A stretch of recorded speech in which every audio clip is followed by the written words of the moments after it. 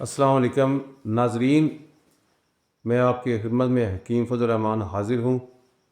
آج جو میں آپ کے سامنے ایک ٹاپک لے کے آیا ہوں، اس کو کہتے ہیں دنوریا، سوزاک۔ یہ مرض بہت تیزی سے پھیل رہا ہے۔ اس کو کہتے ہیں سوزاک، گنوریا کہتے ہیں، اس کو کرا بھی کہتے ہیں۔ اللہ تعالیٰ نے قرآن پاک میں اس مرض کا ذکر کیا ہے۔ یہ جاننے کے لیے آپ میرے چینل کو سبسکرائب کیجئے، لائک کیجئے اور شیئر کیجئے۔ تو ناظرین، بڑھتے ہیں اس مرض کی طرف کہ مرض یہ ہے کیا۔ گنوریا جو ہے، جس کو سوزاک کہتے ہیں اور کرا بھی کہتے ہیں، یہ ایسا موذی مرض ہے، خدا نخواستہ اگر کسی کو جوانی میں ہو جائے تو یہ آخری عمر میں انسان کی 50 سال سے جب کراس کرتا ہے، اس وقت یہ دوبارہ ضرور اٹیک کرتا ہے۔ تو اس کا ذکر اللہ تعالیٰ نے قرآن پاک میں بیان کیا ہے کہ جب عورت کو حیض ہو اس وقت عورت کے قریب نہ جاؤ، ورنہ تم بہت بڑی مرض میں مبتلا ہو جاؤ گے۔ اب جب عورت کو حیض ہوتی ہے، اس کا جو خون ہوتا ہے، جو گندا خون ہوتا ہے، اگر وہ نفس کو ٹچ کر جائے دوران مباشرت، اگر مرد میاں بیوی اکٹھے ہوتے ہیں یا وہ لوگ جو عیاش پرست ہے، ان کو یہ ہوتا ہے کہ ہم ایک رات گزاریں، اور وہ عورتیں بھی جو اس میں حیض کے دنوں میں وہ زیادہ مباشرت بھی کروا لیتی ہے تاکہ مرد جو ہے ان کو پتہ کو نہیں ہم اپنا کمائی کا ذریعہ بنا لیں۔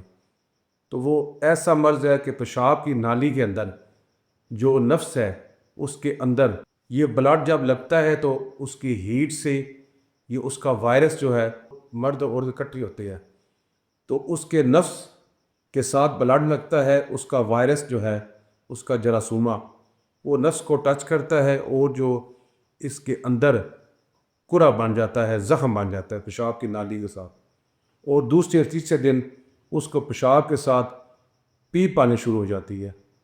وہ اس قدر پیپ آتی ہے کہ مرد کا چلنا پھرنا دشوار ہو جاتا ہے، اور اس کے علاوہ اس کو بلڈ بھی آنے لگ جاتا ہے، کپڑے بالکل خراب ہو جاتے ہیں، وہ ایسے بیٹھا ہو تو اس کپڑے خراب ہو جاتے ہیں، جلن اتنی شدید ہوتی ہے کہ وہ برداشت سے باہر ہو جاتا ہے۔